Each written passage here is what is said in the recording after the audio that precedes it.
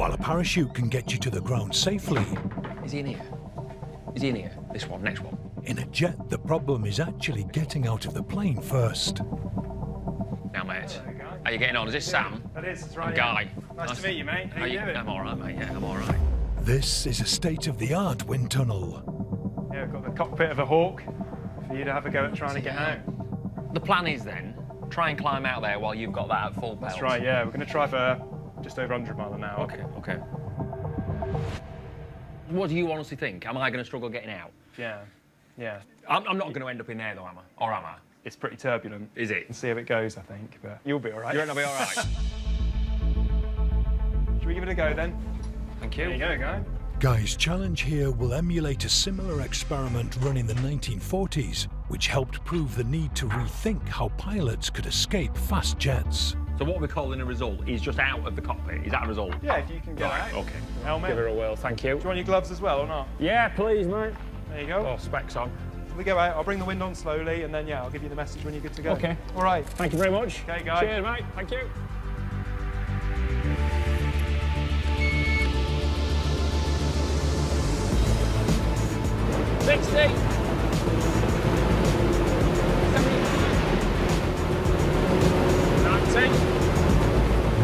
While Guy is in a controlled environment, OK, that's 110.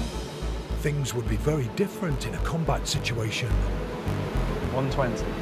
You had to unbuckle yourself from the cockpit, you had to open your canopy, and then, like, whatever's been happening, you've been shot at or as your plane burning or whatever it's doing, you've got to jump out of the plane.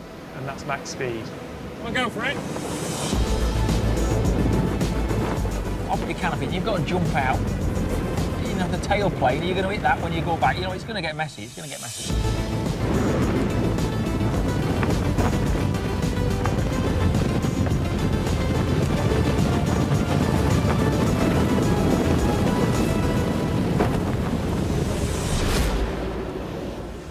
Fair play to him. That's me struggling to get out at 100 miles an hour, right? The sort of speed of a plane from the First World War. Never mind the Second World War, they were sort of 300 miles an hour. But the very first jets, and they were 500 miles an hour. That'd have been another kettle of fish. So we need another way to get out of an aeroplane. I think I got a bit of snot in my goggles. Mega. The advice for escape offered to early jet pilots was not that reassuring. Look at this. Vampire Handbook, point 68. Right? Abandoning the aircraft. Speed should be reduced if possible, and the aircraft inverted to enable the pilot to fall out. That's it. All right, mate. Yeah, all right. You think I might be doing 500 miles an hour, mate? Mate, pull the bloody skin off you. Yeah, we need something else, mate. We need something else. We need ejection seats. That's what we need. And it was a British aviation company called Martin Baker that led the world in this life-saving jet-age technology. James Martin, not the chef, Valentine Baker. So they had a company together. Martin Baker used to build fighter planes. Our man here, Valentine Baker, he got killed in 1942 testing one of their aeroplanes, right? And from that point on, James Martin got obsessed with pilot safety, hence the Martin Baker ejection seat. Anyway, that is the first 1949 that went in a Canberra. Obviously, it's pretty basic compared to that bugger at the end that's come out of a bloody typhoon. Yeah, but still. The number today, and this goes up every week, sort of every week, 7,697 people's lives have been saved by the Martin Baker ejector seat, right? And each one of those get the Martin Baker tie once you've been ejected by a Martin Baker ejector seat.